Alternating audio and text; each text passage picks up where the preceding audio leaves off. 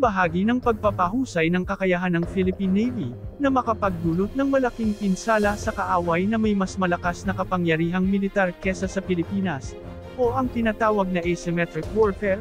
Hinimok ng Philippine Navy ang ilang mga supplier ng mga unmanned sea vessels, na mag-offer ng kanilang mga produkto, upang kanilang i-evaluate ang mga characteristics and capabilities nito, kung aangkop sa kanilang mga bagong doktrina, sa larangan ng pakikipaglaban sa karagatan.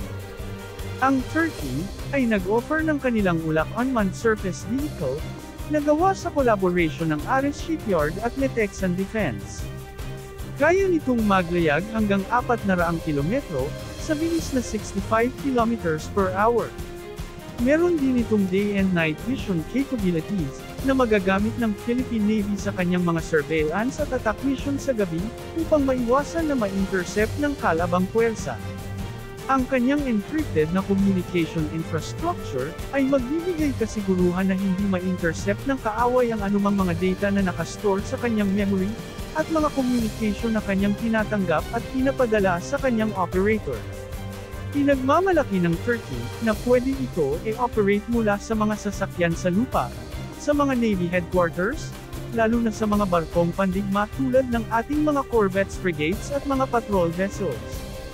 Ito ay isang multi-mission USV, kaya kaya nitong magsagawa ng intelligence, surveillance, reconnaissance, surface warfare, asymmetric warfare, escort missions, at mga strategic infrastructure protection.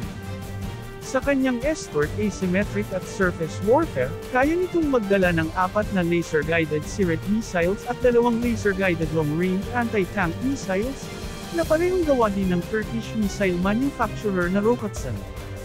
Ang unang ulak prototype ay nagsagawa ng test fire sa Sirit missile sa isang target noong 2021, bilang bahagi ng kanyang anti-surface warfare. Sinunod kalaunan ng kanyang intelligence at electronic warfare, na malaking tulong sa pag-disrupt ng electronic system ng kaaway, mine hunting, kung sakaling may suspected minefield sa ating karagatan, anti-submarine warfare, para pag-neutralize ng mga submarine ng kaaway sa West Philippine Sea, firefighting, kung may mangyayaring sunog sa ating mga warships, humanitarian aid, evacuation mission sa oras ng mga kalamidad at aksidente sa karagatan. Ang Turkey, ay nagsisikap na makakuha ng maraming mga defense project sa ating hukbong sandatahan. Nag-offer naman ang South Korea ng kanilang latest na unmanned systems, na tinatawag na Navy Sea Ghost. Ito ay dinisenyo at dinibilap ng Daewoo Shipbuilding at Marine Engineering, sa pakikipagtulungan sa Hanwha Systems, Hanwha Aerospace, at Panhan Pure Cell. Ang konsepto, ay ang pagkakaroon ng mga unmanned aerial vehicles o UAV, unmanned underwater vessels o UUV, at unmanned sea vessels o USV, na pinagsama para maging isang sistema. Bagamat halos pareho lang ang capabilities nito sa ulak ng Turkey, na maibigay nito sa ating Navy, ngunit ito ay may ibang approach sa pagsagawa ng mga misyon. Ayon sa South Korea, sa kanyang anti-surface warfare, ang unmanned sea vehicles platform nito, ay pwede magdala ng 12mm na remote control weapon system, at 2 missile launchers. Sa nakaraang defense industry exhibition na isinagawa on board sa warship ng South Korea na ROKS Hwacheon, ay pinakita ng South Korea sa ating mga opisyal ng Philippine Navy, ang kanilang latest Navy Sea Ghost, na tinatawag na Guardian Harmonized with Operating Manned Systems and Technology-Based Unmanned System. Ang South Korea, ay isa sa nangungunang supplier ng Pilipinas sa mga warships, kaya di na nakapagtataka kung pati mga unmanned system nila ay maaring makapasok na rin sa listahan ng mga war equipments ng ating sandatahang lakas. Ang Israel naman, ay di nagpapahuli sa pag-offer ng kanila ding unmanned system. Sa katunayan, bagamat sumali at pinakita nila ang kanilang produkto sa nakaraang Philippine Navy Asymmetric Warfare Symposium and Exhibit 2024, ngunit kailan pa ay nasa kamay na ng ating Navy ang ilan sa kanilang unmanned surface vehicle, para sa evaluation.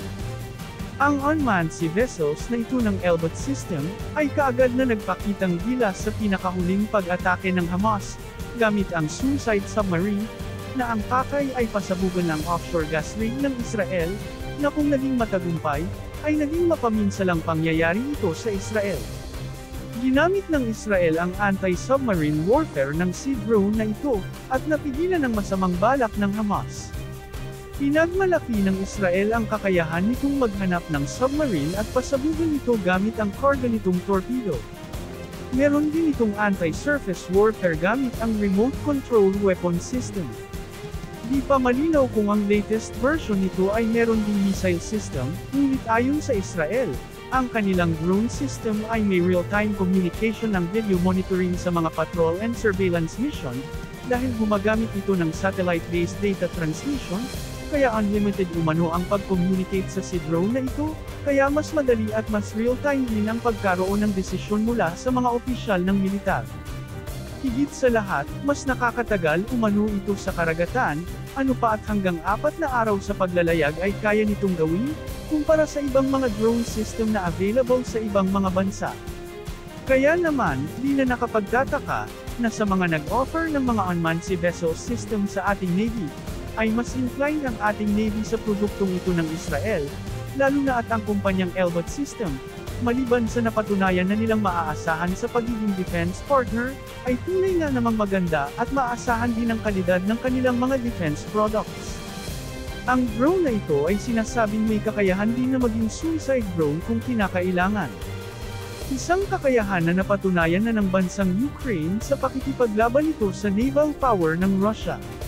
Na bagamat wala silang ipangtapat na naval power nito, ngunit gamit ang asymmetric warfare tactics, tulad ng pag-aatake gamit ang iba't ibang mga unmanned sea vehicles bilang suicide drone, ay makikitang napakalaking epekto nito sa pag-atras ng mga dambuhalang mga powerful warships ng Russia, simula ng unti-unting pinalubog at sinisira ng Ukraine ang maraming bilang ng kanilang mga mamahaling warships, gamit lamang ang maliliit na dihamak na mas mura na sea drone.